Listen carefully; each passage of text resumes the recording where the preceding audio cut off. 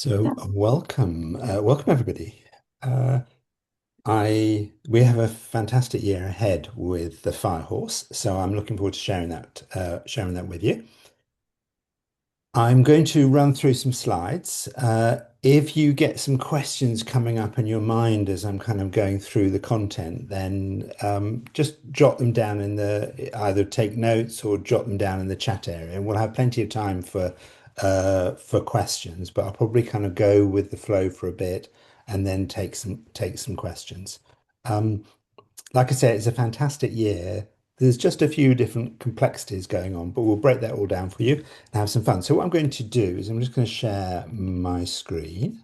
So we're in the heading into the Firehorse year, 2026 Firehorse year. It starts on the 17th of February. However, particularly years that are pivotal years or powerful years, they will often start to show their influence fairly early on.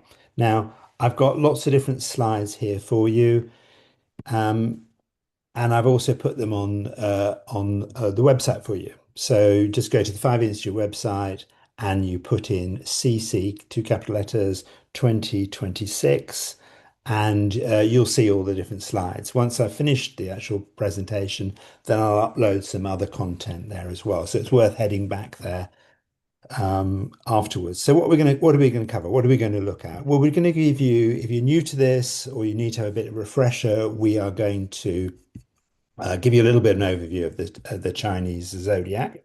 Um, and then we're going to have a little go through understanding the importance of now, because this particular year, this Firehorse year, is sitting within a much bigger, more complex picture that's going on. And once you get to understand that, you can get to know how to kind of navigate these years. Then we're going to give you three guiding principles for this year, keeping them really nice and simple. But you follow those, it's a fantastic year. And then we're going to have a little bit of a discussion.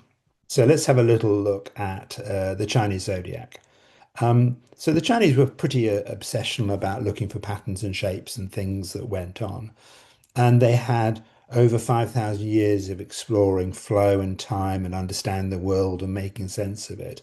And one of the frameworks that they came out of that, as well as things like yin and yang and the five elements and different systems and structures and feng shui, etc. One of the things they came out with observing repeating patterns that they observed within the Chinese zodiac.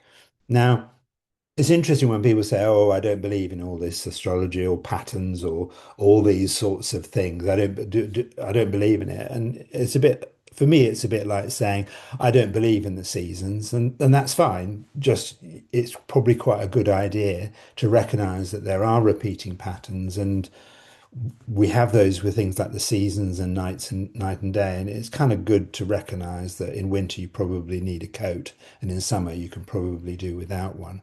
So not every aspect is completely different, but there are repeating patterns that we see time and time again. And this is a way, the simplest form, a way to understand the Chinese zodiac in the way that it exists. So each year is associated with one of 12 animals, and it's also associated with one of the five elements, one of the five energies. So basically, what happens is we're operating in a 60-year cycle. Each year occurs every 60 years.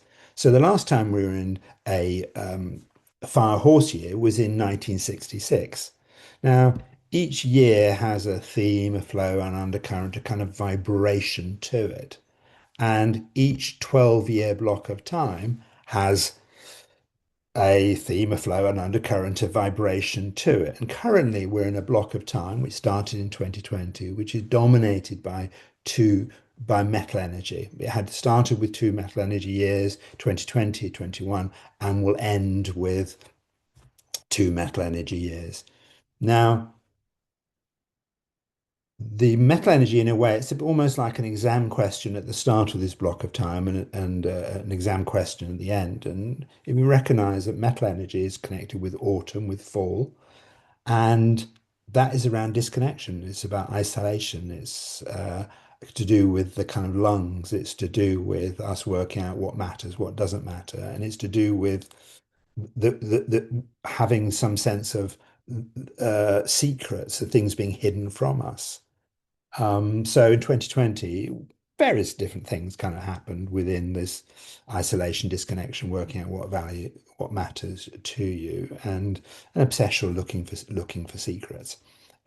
So each one of these years and this block of time will have a certain vibration to it, and that will vibrate and resonate with you.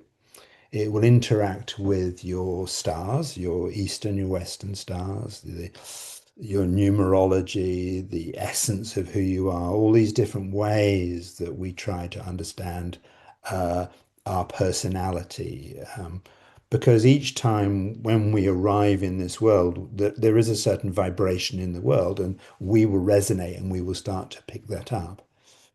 And in your essence, that there can be different ways that you can see this. You could say your essence is what you've inherited from your parents, their energy, their values, their thing. It's also the aspect of what it is that you came to Earth to do, to explore, to learn, to be, to do.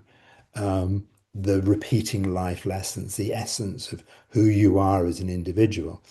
So you could say, okay, this is really helpful. We're going to have these Chinese zodiacs. They're going to interact with my stars, east and west, my neurology, the essence of who I am, the all the different systems. That could sound kind of confusing.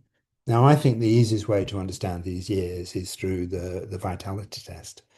Because in a way, you can think about the vitality test as an amalgam, representation of all the different aspects of you, the numerology, east and west stars, the essence of who you are, parental influence, and really importantly, it tells you, gives you some guidance around what it is you come to Earth to explore or to be or to do, etc.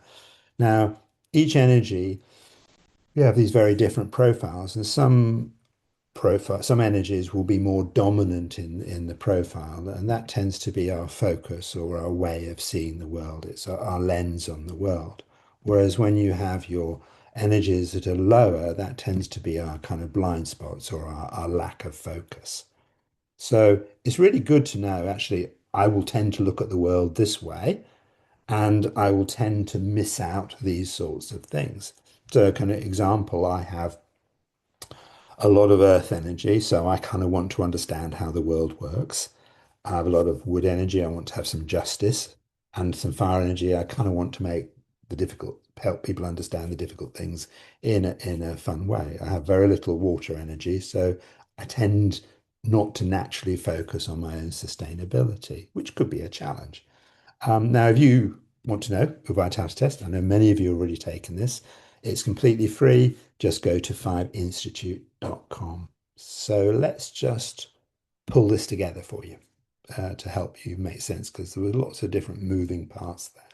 So we have the influence of the year. Then we have the influence of the animal. In this case, it's a fire horse, and the fire has certain character. The horse has certain characteristics, certain things to it, as does the element. And then we've got this central influence of this block of time that we're sitting in, this metal energy block of time. Then we've got you, and the easiest way is to represent you by your vitality test profile.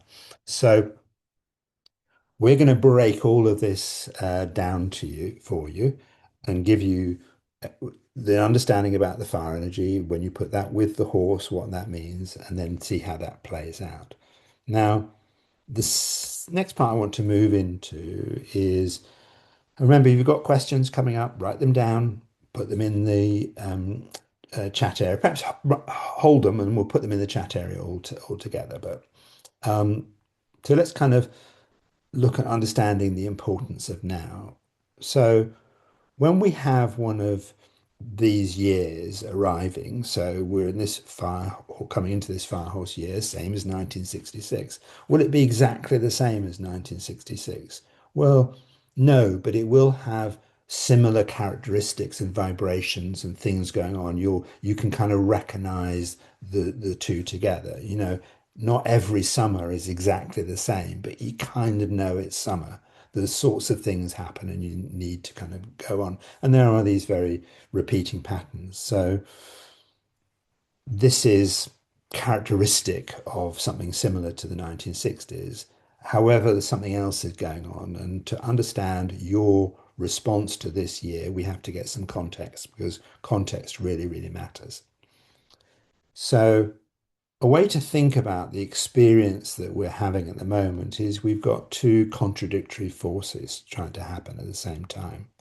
We've got this block of time that we're in, metal energy, which is connected with autumn, and things are finishing, things are ending. It's the decline, it's the last part, there's a disconnection, there an ending. And then we have the year with the fire energy. So we have an ending, whereas fire energy is expanding. Uh, it's things getting bigger, it's moving on. It's fire energy is about love, etc. So we have a two things trying to happen at the same time. We're trying to have something ending and at the same time something new, because they're different parts of a cycle. One is an old cycle and one is a new cycle. And at the same time, we're having to have something trying to expand, trying to come out. And that block of time that we've kind of got going on is this particular metal energy block is a very pivotal block of time out of the 60-year cycle. In fact, it's the most pivotal time as a decider for our future. It has certain years in it that sit in the center that are utterly revolutionary. So this period we're in is by its very nature, a revolutionary time, and also a time where we get to say how we want the future to be. Now, I know some of you have heard me talk about this before, but I think it's really important to understand what I mean by revolution and the nature of revolution. So there are kind of three sorts of revolutions, and a revolution can be in culture, it can be in, but we're looking at very big structural revolutions at the moment. So you can have three sorts of revolutions. You can have a tired revolution, and that is people say, I want things to change because I'm so tired, I'm so distressed, I'm just exhausted of the way things are. And your desire to create a revolution is through your fatigue and through your tiredness. And sometimes, we will do a big change in our life because we reach a point that we're just so sick and tired of how things are. We will change it. We will revolutionize things. And that's a perfectly legitimate way to create a revolution and create a change. Then there is also the inspired revolution. And we think about in the 1960s, Dr. Martin Luther King, Kennedy's, it was trying to say, okay, let's find some inspiration, let's find a new way. I have a dream of something different. It has a level of inspiration to it. And then there is the angry revolution. And I think we all know kind of what that looks like. And what we're individually and collectively being asked is to say, there is a revolution. Which part would you like to be? Which aspect would you like to be part of? Would you like to be part of the tired revolution? That's perfectly reasonable. Part of the inspired revolution, or are you just going to feel angry about things? And we can feel very angry about the way people are treated and what goes on. So the context of this block of time is fundamentally revolutionary, but it can be an inspired, wonderful, wonderful time. And that was my suggestion. We kind of move into that thinking as opposed to the alternatives. Now, like I say, each one of these years occurs once every 60 years, and we're equivalent to 1966. So if you think or have any knowledge of the 60s, or perhaps you were alive then, or you experienced it, or you know something about the culture, it was a time of revolution and change. They're breaking into the 1960s, was a metal energy block of time. They were trying to work out and get over the grief and loss, which is metal energy, of two world wars. They were trying to say what matters to us, what doesn't matter to us. But the 60s was a pivotal time. It's a time when we said we're going to let go of that identity and that grief. We're going to say we do not want wars again, and we're going to try and create some revolution and some change. Now, that wasn't easy for many people. Some people really struggled with the way the world was changing, and there was almost some sense of disrespect for the sacrifice and what had gone on in those on those two world wars. But it was a shift into modernity. And then as you moved from that, they then started to say towards the kind of middle of the 60s, they said, actually, we're trying to work out what's important to us. And we think actually love is important to us. We think love and peace, and there were wars going on, and there were demonstrations against the wars, but there was a big movement, a cultural movement of saying there has to be a different way of existing, and love and peace and individuality seems a good way to go.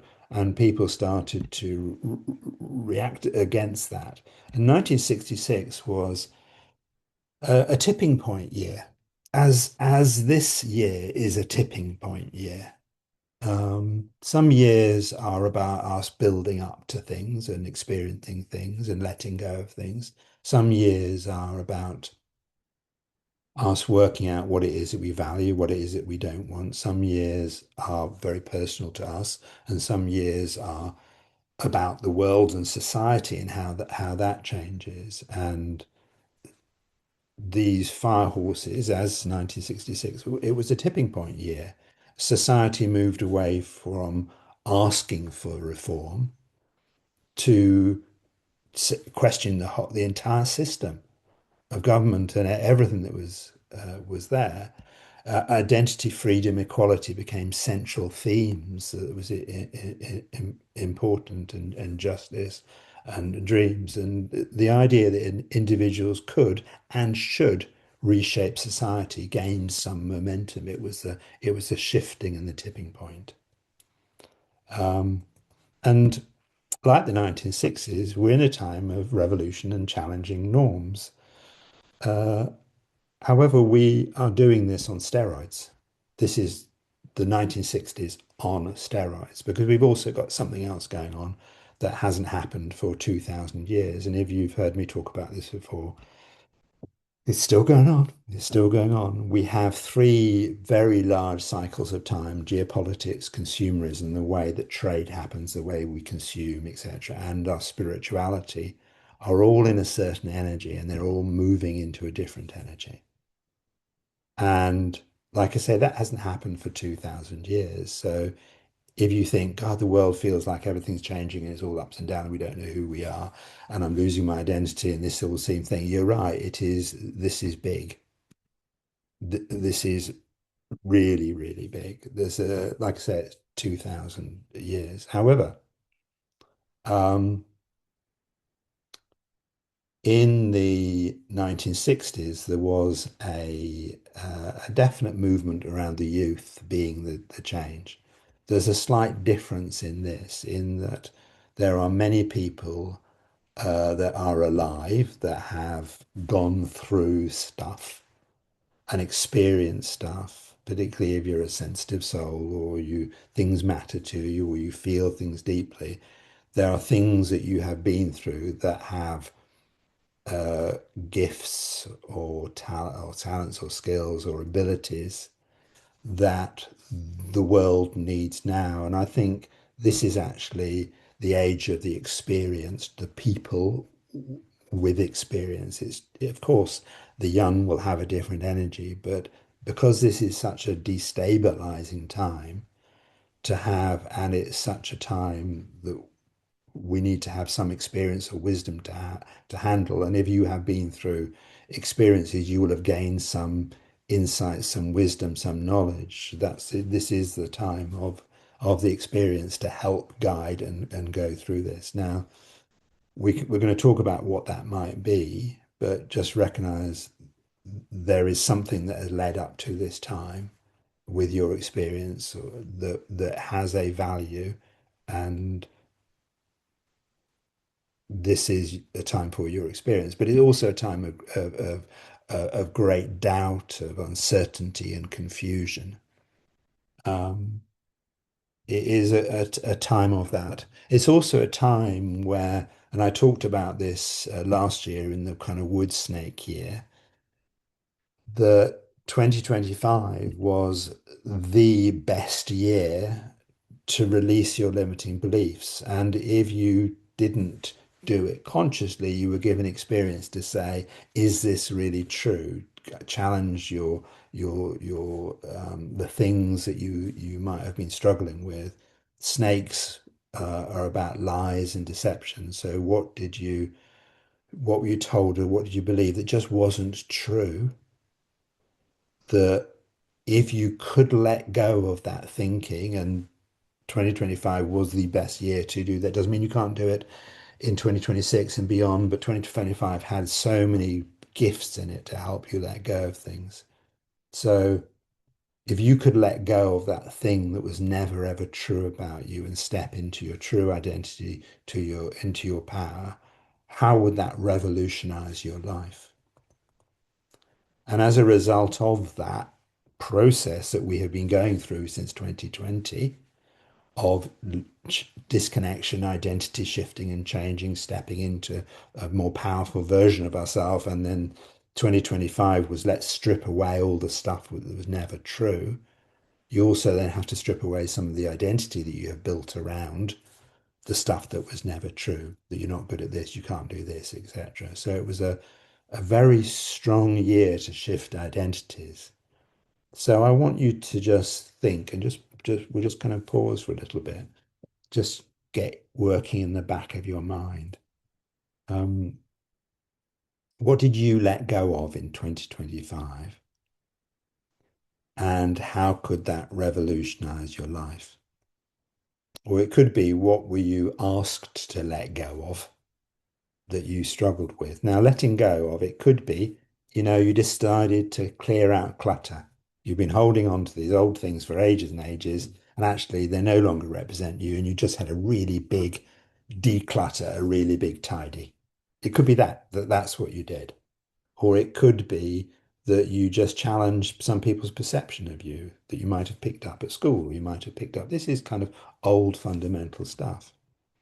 Or it could be that you thought, actually, I don't accept how this person treats me anymore, and I think I'm going to let go of them, even though I'm very loyal, etc., etc. So what did you let go of in 2025 that might create some freedom or create some space or might create some revolution in your life, the way that you live or whatever? Or did you struggle? Did you struggle with that because of various different things? So remember in the 1960s, although we're trying to let go of the grief from two world wars, it was not easy. And it's not easy for us to let go of our accumulated stuff. However, that's what we were being asked to do. And it is important for this coming year of 2026 to recognize what you did and what you didn't do and what you might still be needing to explore. So as we go through the year, I'll explain what that is and why you should do it. So um, let's look at your some three kind of guiding principles. Actually, no, I'm actually going to pause there before we go into that. And let's talk about some of the letting go things and see if that resonates, see if there are any questions, and take it from there. Um, so let me just pop in the chat area or uh, raise your hand or something and say, one of the things we're meant to be in 2026, we're meant to be proud. We're meant to be proud of ourselves. So you think, actually, no, I had a really difficult time, but I did manage to let go of this, or this happened, or whatever. I'm really um, so. So, Karen, we had a huge year, 2025. Let go of my house, so much stuff, and all the emotional connections with it. Wow, wow, Karen, really important. Wow. I think I told our community, I said at the beginning of the wood snake year, I said, clear your house early because a lot of the charity shops are going to be really full. And it was every charity shop in the village I lived was just full. They said, no more stuff, no more stuff. So, Karen, well done for giving away and allowing other people to have many things. Did you understand this year?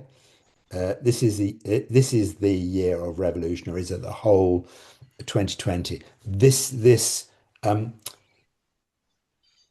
central part of this block of time is more revolutionary. The beginning part of this block of time, the 2020, was more about letting go, releasing, seeing what's of value. Then we had some consequences, and then we've just had two wood energy years in 24 and 25, and they're the kind of the start of the revolution, the start of the change. Um, but remember, the whole era is we're trying to create some change. Um, Jill, I let go of the belief that I'm not good enough. Well done, you. You know, that is such a big one that so many people carry because, you know, something was told to you at some point that was never true, or you believed it, or an interpretation. Um, so well done, you. Well done, you. You know, one of the things that we again pop in this chat if there's more things that you kind of let go of. Be proud, shout out. I have a saying, you know, if Louis Armstrong never blew his own trumpet, then we'd be in a poorer world, you know. Toot away, toot away.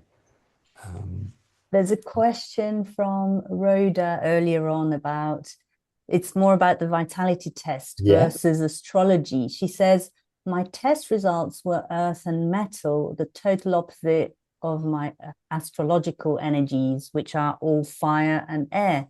Any comment on that? yeah, yeah, absolutely. The question would be was that and did that feel accurate to you as a representation? Because, you know, Pocket, but not frank. so what was that?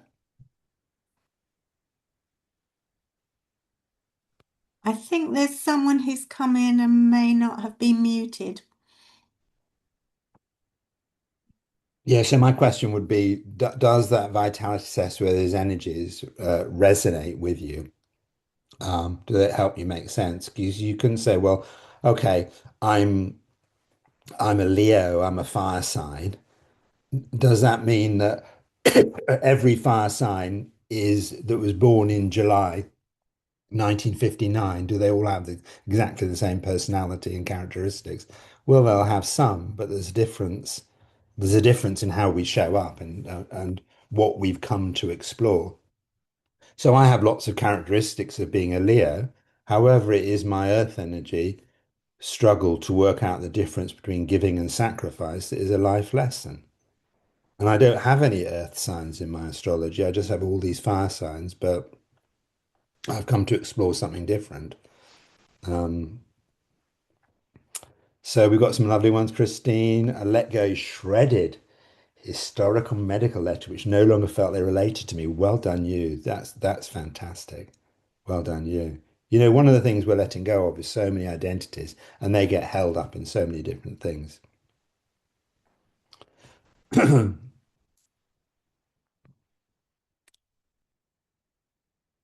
So I was obliged to be dependent and weak and let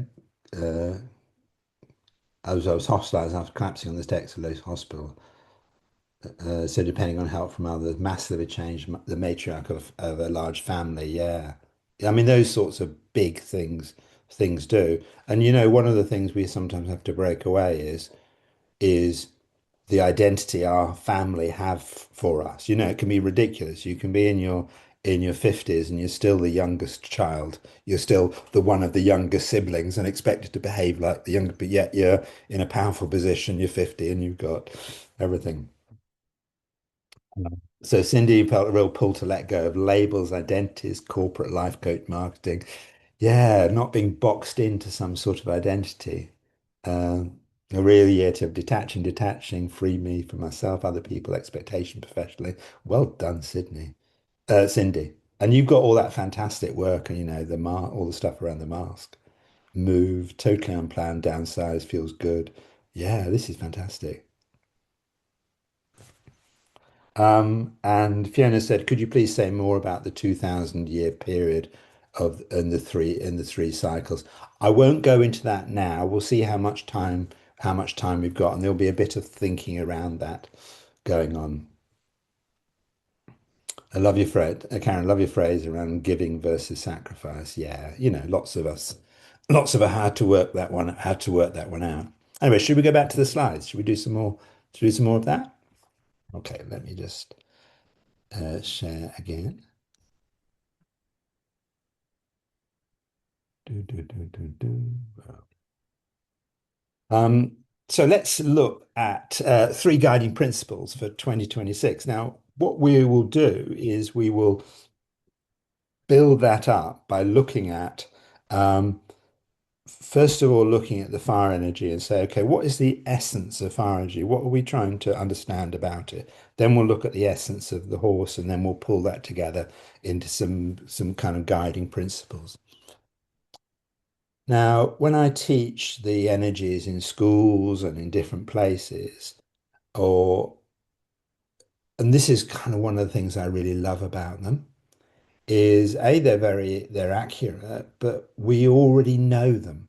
We already know these energies because we've observed them in nature, we've seen them, etc. So as I'm kind of going through these, just recognize some of the things you'll think, oh yeah, I know that fire energy wants to expand and it's hot and it's warms and it light. I know all that stuff. And then we'll add some other things in. So let's look at the three essences of fire energy. But before I do that, I want to just take a slight sideways um, uh, to explore perhaps a more spiritual side of this. And that is that each of the energies is related to one aspect of our kind of spirit. Water energy is our purpose and willpower. So, if you've got a lot of that energy, that stuff will matter to you. And then wood energy is about our imagination, this part of our soul that wanders off and creates our dreams at night and our dreams in the day, and etc. And then our fire energy is around what's considered to be our conscious mind, our Shen, the part of us that knows who we are. Now, if you are low in fire energy in your vitality profile, it doesn't mean you have no mind and you're not conscious. It's just you don't always have that looking to settle that heart and mind down. Just the same as if you have no earth energy, doesn't mean you have no intellect. It's just if you have a lot of earth energy, you're always trying to learn things and make sense of things. And metal energy is the unconscious mind. It's the body soul. It's the stuff that gets hidden underneath the surface.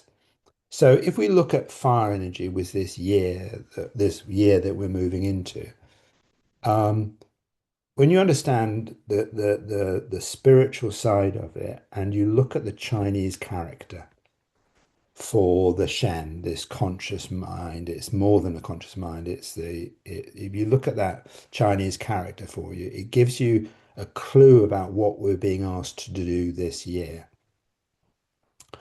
And so this side here, that radical, that what that basically means is an influx from, it's translated as like an influx from heaven, a download, a something from heaven to you, a flowing down to you. And that radical, that thing, think of these as like hands pulling something apart. So what this character means, the conscious mind, spirit of the fire energy means is there is an influx from heaven, some mission, something that we're meant to expand and put out into the world. And the influx from heaven is the mission or whatever it is that we're wanting to do. So we're having a doubling down of this to say we need to expand something that is heavenly. So just looking at one of the excuse me, looking at one of the essences of fire energy within that context is fire energy is expansive. You think about fire, it just wants to expand. It's enlightening, it illuminates things, it's warming, it kind of brings people together. It has this shines a light upon things. It allows us to see, but by its very nature, it wants to expand, given the fuel to expand. Fire energy has an aspect around focus, selection, and communication. If you think the first stories around the campfire, our ability to communicate, tell stories, share things, it has that warmth of communication, but it is our ability to communicate well. And you sometimes find people with a lot of fire energy, they will select the perfect words to communicate something that will touch our heart. So each energy is associated with a certain part of the body. Fire energy is associated with our heart, etc. So it's about the communication that will touch our heart. The focus side of it is the other organ within the fire energy is our small intestine. And there is a clear kind of focus and selection and say, actually, let's focus the small intestine, so let's focus on what we want and select that, and let's get rid of everything else, move it on. So fire energy at its best gets us to really focus and to be conscious. Fire energy is our consciousness, to be really conscious of something. I'm going to conscious of this. I'm going to select this. I'm going to stay with this. I'm going to be like a laser beam. It has that ability to be absolutely focused and also to expand. And then it's connected with love, joy, happiness, and the expression, expansion of our emotions. Fire energy, this conscious soul, it's the part of us that feels the emotions. The other energies generate them, but it is this heart, this connection, this thing feels and expresses the emotions. And the fire energy, the big question and the big question is a question that we perpetually ask all the time. And each energy has a big question, and that directs us. So the big question, perhaps for this year, am I loved? Am I appreciated? Do I bring joy? Is there love, joy in the world? Because it has all this kind of fire energy. So that's the kind of essence of fire energy. But the whole thing is kind of underpinned by this conscious mind, this kind of sovereign ruler. And if you support your fire energy, to allow your mind to be still and all the practices we do, we then get to be in charge of our emotions. The emotions can come and go and the experiences can come and go, but they don't overwhelm us. So one of the secrets is to look at that sovereign ruler. Let's look at the horse. Let's look at what that is about. So the horse kind of sits in the middle of this kind of block of time. It's kind of we've just had the split. We've gone from one half of this year, the one half of this block of time, moving into the other. So horses, um, they kind of get stuff done. They're powerful and it moves forward. So it's a kind of no nonsense, get stuff done, powerful, moves things forward. That's the energy. They kind of carry things, they move things, but it is a getting stuff done energy. So we've been in quite a few quite reflectful years where we've been asked to let go and reflect and think about things. And I use this the analogy that we have had an identity and an action of, say, equivalent to being a caterpillar. We've been munching and consuming and doing all these sorts of things, and we have been going from that into the chrysalis, and we have dissolved into the soup. We dissolved into the soup. We had last year was sitting in the soup trying to create enough of these imaginal cells that would allow us to see a new possibility for us. And we were letting go of things, but it was a place that sitting in the soup was a place of lost identity. And I'd be really curious, I mean, put in the chat area if you felt that your confidence or your identity was somehow eroded or disappeared and you lost who you were over the last couple of years. And if you did, you would, in a way, doing the right thing to sit in the soup, to sit in the chrysalis, to do that revolution, to do that transformation. Recognizing it can be quite hard and quite tough. The difference between the last few years, that previous few years, it was about the dissolving and the letting go and the releasing and the seeing what mattered to you and not. But this fire horse year, it says, you need to kind of come out, you need to get stuff done. You are powerful, you need to move forward, you need to do things, and the horse brings that different energy. Horses have a competitive and a desire to prove nature. And it may be, actually, you know what? I'm going to prove I can do this. I'm going to prove I can do this. So it has all that slight competitive thing. And they're also quite unyielding, decisive. And they're not kind of phased by mistakes. They say, actually, no, I'm just going to go in this direction, just do it. And that's at slight odds with this very sensitive heart and feeling and emotions and stuff that we do. So the two together kind of balance each other out.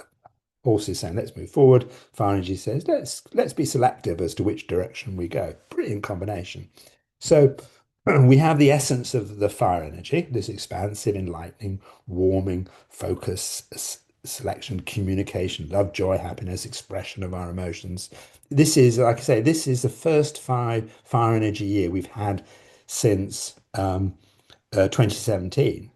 So it's the first year that has been about joy and love and happiness and expressing our emotions. The rest has been about collapsing and letting go and downloads and etc. So this is if you haven't had much fun recently, this is quite a good year to have some fun. So we've got all that fire energy.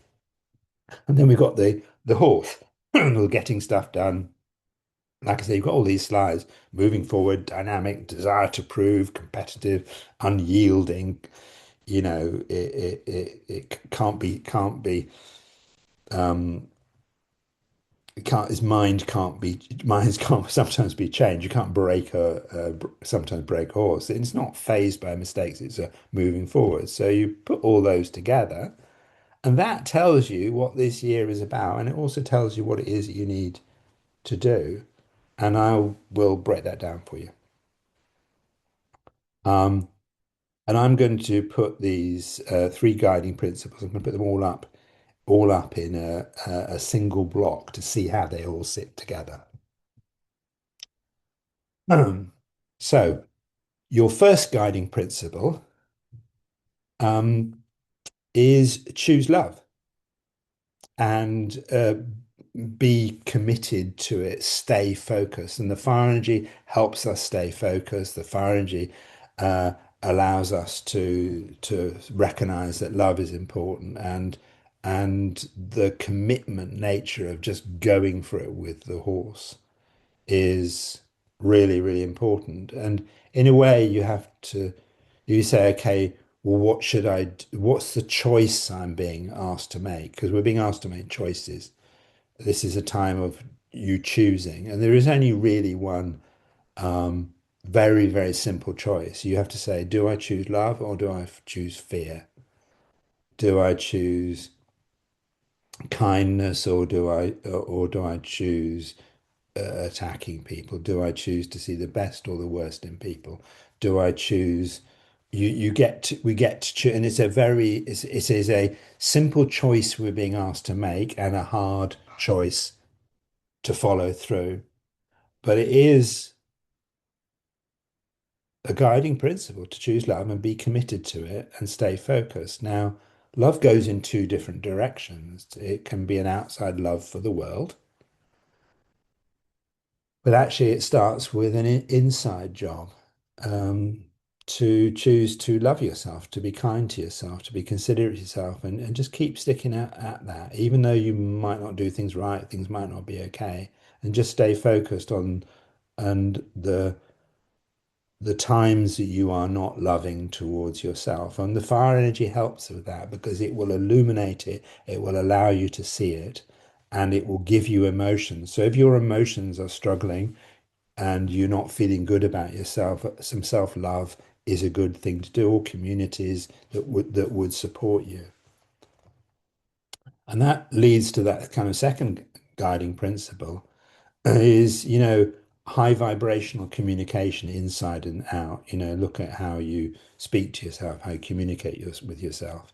And if any of you know our work at the Five Institute, we have this whole thing around using conscious questions that are created by this fire energy to ask questions that raise our vibrational state, allow us to deal with internal contradictions, etc.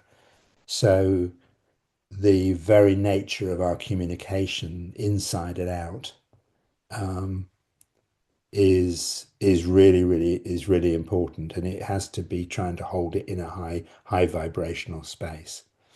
Now there is something called the Maharishi principle, and it was recognized that if you have a relatively small number of people going into a particular area, a town, and they meditate and they pray and they send love, then violence drops within the whole community. There are less murders, there are less thefts, there is less bad behavior. So it doesn't take many of us to be choosing love and being committed and staying focused, operating in a high vibrational state of communication inside and out. It doesn't take many of us to do that to change a lot of people around us. You think, oh, what's the point in doing that? The world's gone. Well, whatever you choose to see, however you choose to see it, will be true for you. But all the science backs up that it doesn't take many people to be in a vibrational state to influence everyone around them. Okay, so this is important stuff. And the third one is to kind of illuminate the path by being you. And as I said, we are in a revolutionary phase, and my suggestion is we are part of the inspired revolution. We see possibilities and we have hope and we're open to new ideas. And, we have these conversations. People say, oh, no, it's never going to do. People tried that, didn't do it. Has not an there are phenomenal things and inventions and creations and things that are coming out in the world and different ways of doing. And we are the equivalent of the children of the 60s, and we have this possibility to create an inspired view within the context that we have very big geopolitical consumerism things shifting, but we have the advantage that we're having a spiritual and evolutionary upgrade to a phenomenal type. So we are part of the inspired revolution, should you choose to be there. And it is simple. You have to kind of dare to dream. To dare to dream of something. And even if people say, oh, no, you and your dreams, whatever. Yeah, I dare to dream. Dr. Martin Luther King, he dared to dream. And embrace and embrace and be inspired by your greatness. You have been through so much to get here. You have experience, you have gifts, and embrace and be inspired by your greatness and inspire others to say, great, well done, love it, fantastic. Innovate, create, see possibilities. Yeah, that's possible. I think we can do that. And I know if you're part of the tired revolution, it's very hard to see a bright future through tired eyes. So maybe your innovation and your thing is to look after yourself, to love, to get more sleep, to get more rest, to watch less negative stuff if you struggle with that. And also organize and share your past. We all have a past that has given us experiences and given us a gift, and we need to organize that thinking and organize that thing, and in be an inspiring guide in confusing times. And if you think, well, I can't do that, I can't, there's nothing I have to offer, it's nothing I have. This is a revolution to change that. And it's perfectly, I had a patient of mine who she was very, very, very, very disabled, couldn't get out, couldn't move, couldn't do things, and didn't feel she had a contribution. And this was probably 15 or so years ago. And uh, we just got her every day just for 10, 15 minutes to send love out into the world. And then when she did go out on her scooter thing that she moved around, she had to smile at people and, and say hello and and send love out into the world. And it made a difference to the community she lived in.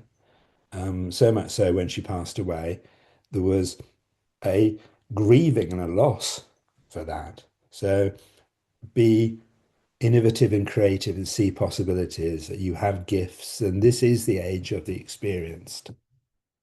And again, a thought to have for you to be thinking about, not necessarily now, but to go forward, to say, what it is do you have, is it that you have to offer at this time? And it could just be, I'm going to smile. It could best be you're going to send out love. It could be that you've had something you've been working on and building on for years and you've never felt confident enough to do it. But hopefully in 2025 you let go of some of those limiting beliefs and you can go out there into the world, because I promise you it is needed. It is desperately needed. So those are your guiding principles. Just choose love, be committed and stay focused.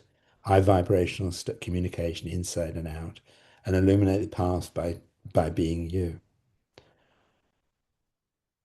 And I'm going to make it explicit that this is not the time to do nothing. This is an active process. This is you should be getting out there in the world. You should be speaking, you should be sharing, you should be communicating, you should be saying how you want the world to be, because this is a period of time when we get to decide on what happens, how the world will be. And if you don't say how you want the world to be and you don't act in that way and you don't get out there and let go of all the things that have been holding you back, if you don't do that, then someone else will decide how the world will be. And I promise you that you deciding how you want the world to be, coming from all these things, will be a much better outcome for us. So we're going to have a discussion further, but I just want to just share kind of three things with you if you need some more. I have a big master class, 3 hours, called Prancing and Dancing with the Fire Horse, and we go into some slightly more practical aspects around this and going through this. That's there for you. I also have once a month, I run a 5-day mindset makeover, really simple content to just keep your thinking correct, and we go through conscious questions and we do things like that. And then starting on the 9th of March, I'm running another cohort of the art and energy of becoming. And that is a wonderful program where we look at what is it that you want to become, what is it you want to let go of, what is it that you have, and it's absolutely magical. People are absolutely blown away with. So that is there. That is there for you. Just I've not announced this, but I'll tell you, if you come to um, uh, the prancing and dancing with the fire horse, if you come to that, and then you decide you'd like to the art and energy becoming, then we'll just refund the money on that, etc. So there are things out there to help you. Do not feel hopeless. And like I say, all these slides are here for you. And on that link, I'll also put some other gifts and presents for you. But let's just take some questions. See how that is. Now, Judy has said to me, make sure you give them a break. And I think, well, we can rest later, can't we? This is important conversation, important stuff, and we can always finish 5 minutes early. So what have we got? Nick, Yeah, I've got a couple of questions for yeah, you. please. So there was an earlier one from Helen, which is this the year of resolution or the whole of the 2020-2032 period? And then I see Diane has raised her hand, but I noticed she did ask the question, do I offer joy, love, and happiness? And based on what you've said since then, it certainly looks that like we each of us have to think about that. And Yeah, also, of course, Conscious Cafe is about raising consciousness one conversation at a time. So correct. every Conscious Cafe leader running a group and everybody coming to Conscious Cafe, small groups of us are all having the opportunity to send high vibrations out into the area. So that is very encouraging. We are all doing something by taking Yes. part in these events and by coming to Conscious Cafe groups. Yeah, absolutely. Well done. Well said, Judy. And that is, in a way, you think kind of is the essence of what we're trying to do. You could all get together and have a big moan and complain and say how things are terrible, and you can go on social media and criticize people, or you can come together in person if you can, or online, and just raise the vibration, lift yourself up if you're struggling. There is a massive, massive issue with this metal energy block of time in that it has isolated people to the extent, and it's coincided with we are isolated and yet we think we have ability to be connected because we can be on our screens, but we're not connected from here. We're just connected on our screens. So there is an issue that we can stay isolated and away from people and think we're connected, but it's not, it's creating issues and problems for us. So, Judy, I've forgotten the original question. The original question was Helen's question, which was, is this the year of is this the year of the fire horse, the year of revolution, or is the whole period a period of revolution? And she It's said a, it's if, 2020 to 32. yeah, if you think about the 1960s, it was just a fucking great revolution going on, wasn't it? You know, cultural revolution, social revolution, breaking things down, doing things different. And you could say, oh, well, it didn't work. But maybe their job was to lay the seeds for us now. If you think about all the meditation that came out from that, the education that came out from the counterculture, the music, the different views, they all laid the seeds for what we have now. So we're in the middle part of it, and the whole block is revolutionary, but we're in the middle part of it. And the difference between this year and other years is it's when we have to come out and show up and do the stuff and be there. It isn't about finding out anymore, it's taking action. And we're gifted with a powerful horse to ride along on and have a fantastic time with. One thing I just want to add, the whole point of 2025 was for you to let go of stuff is because horses don't want to carry old baggage. Imagine trotting along, pulling a great cart and a great thing of all your past things that were never true about you, and you're dragging it along, or a house full of stuff. It was designed to lighten the load. So if you haven't lightened the load, lighten the load. Don't let the horse have to carry that. It's not fair. It's not what it's about. So each year does something to help the next year. Yeah. So anyway, that was a Uh, thing. Diane has raised Diane, her hand. Unmute, yeah, yeah. uh, Okay. nice There's to a see you again, question. Diane.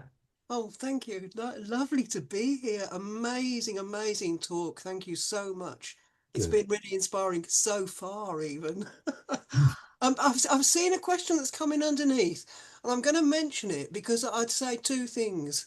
Um, I'll do this first. So that question can relate to my somebody who says it's their birthday tomorrow. Hang on, no. Hang on.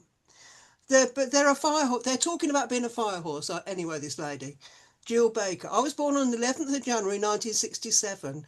So as the fire horse year runs from February to February, am I right to think I'm a fire horse in a fire horse year? Yeah, you are. Can you I answer think that so. first? What's And then that? I'll give my question. Answer that one first. Yeah.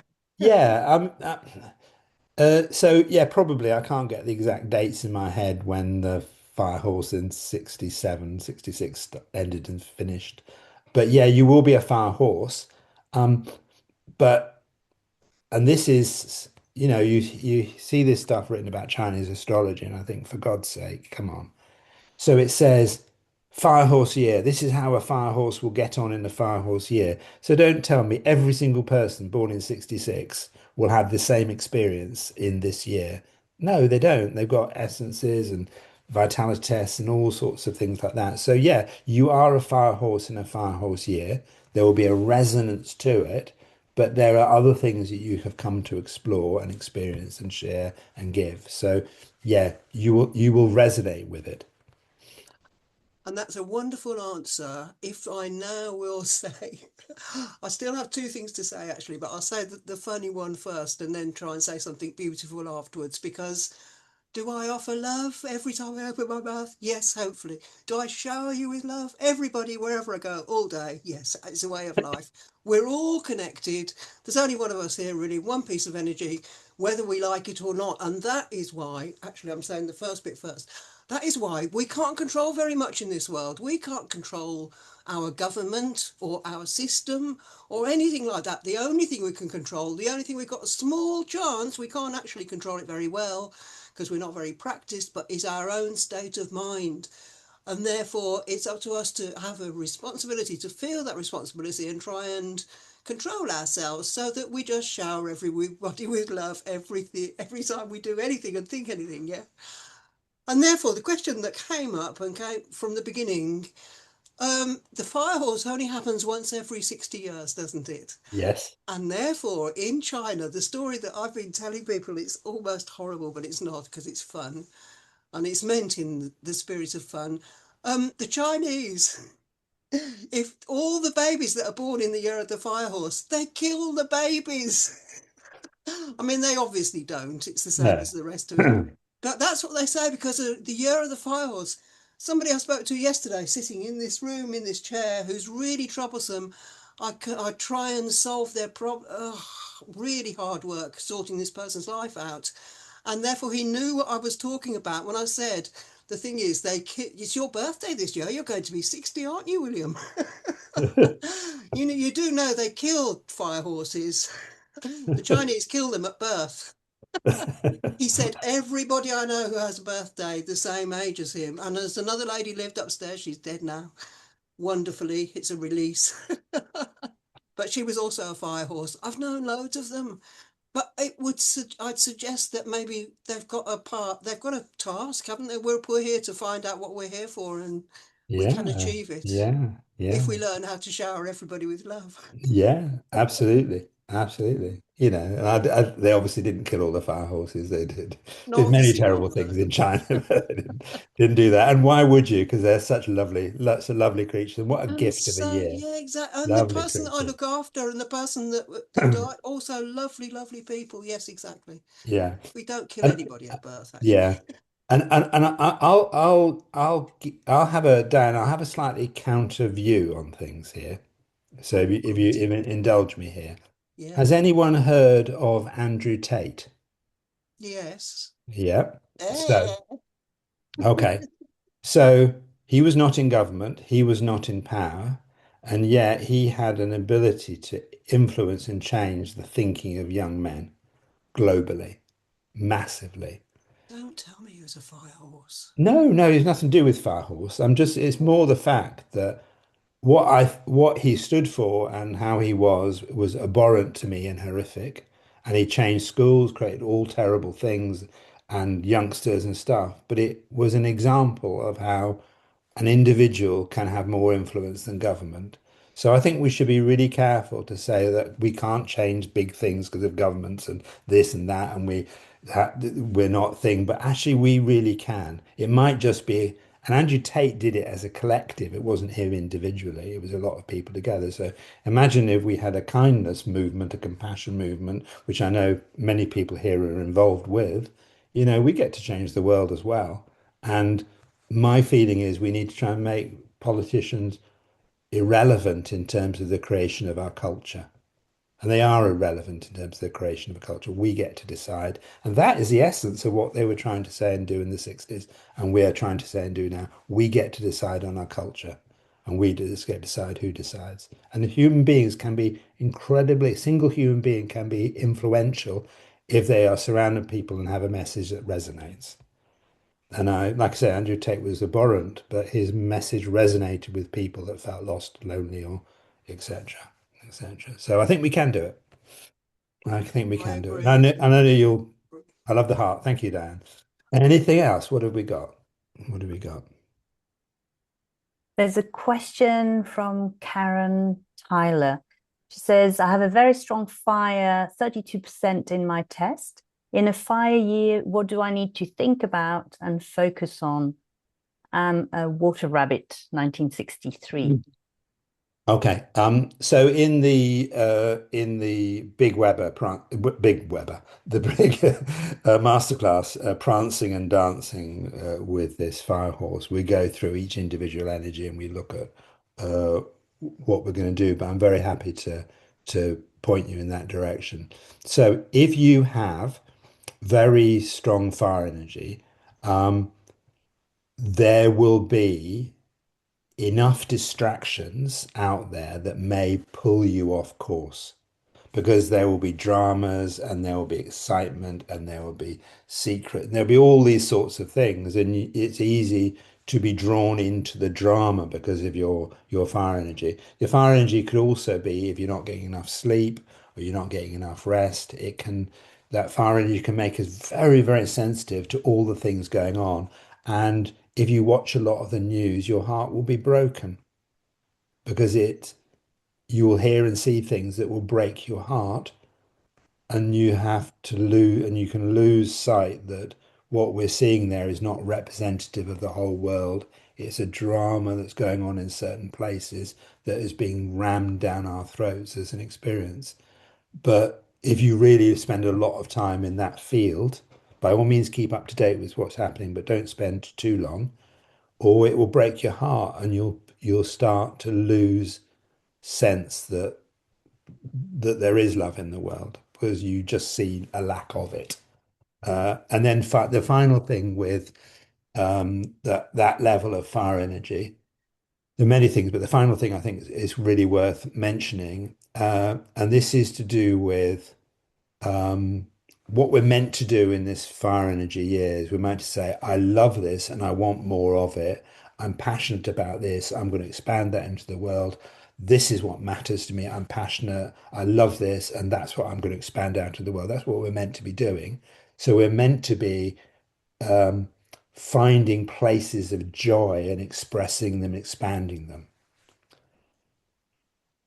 But there is short term and there is long term joy.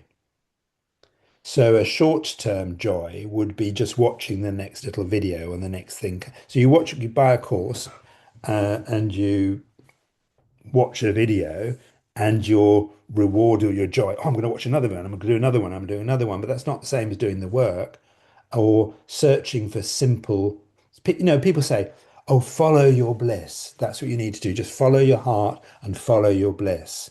To be honest, if I did that, I would just mainly eat pizza and drink beer. That would be me following my bliss in the simplest momentary terms. So, and that's my fire energy because I like pizza and I like beer. But does that do me any good? No, but it is me following my bliss of my heart energy because it gives me that moment of utter joy. So you need to, with all of us, and particularly if you've got a lot of fire energy, you need to think, okay, this is giving me joy, okay, but is it short term or is it a big term joy? What is it that we're trying to, and you just need to kind of watch that a bit, Karen. Just don't get carried away. You've got all the blessings of that fire energy because you can communicate and you can share and people warm to you and you do love and joy and all that stuff brilliantly. It'd be fantastic. It's what we need. Every energy has something that is heroic about them. And fire energy, which we will all be able to tap into because we're going into a fire energy year. So we'll all get some of this. And if you've got that as your element, you've got more of it, but we'll all get some of this. Fire energy, the one aspect of its heroicism, its ability to be heroic, is to be optimistic against all odds. That is a heroic nature of fire energy. And we need to be heroic, saying, actually, this will be fine. It doesn't mean you sit back and say, I'm optimistic against all odds. Could I have another pizza, please? It isn't that. It is, I'm optimistic against all odds and I'm going to take action towards it because I think we can do this. You know, Winston Churchill, great communicator, great thing, loved his moments of joy, equivalent of his beer and his pizza, but he was optimistic against all odds and carried people through. Other people do that. People who say, I have a dream, you know, that's optimism against all odds. So we have that as a gift for this year. And Karen, you go for that. Just watch the pizza and the beer. Is that helpful, Karen? Not that you're as shallow as me. Thank you, Nick. That is brilliant. Thank you. And I think very inspiring for everybody wondering just how to be in this challenging world that we would think is harder than it is if we spend all our time listening to the news. Yeah. So we've just got a question from Jill who says, will you say anything about the 2000-year thing? Because I think you mentioned earlier that you would just say something Yeah, about it later. of course. Yeah. So the three areas that are trying to shift energies are geopolitics, the consumerism, how we trade, and our spirituality.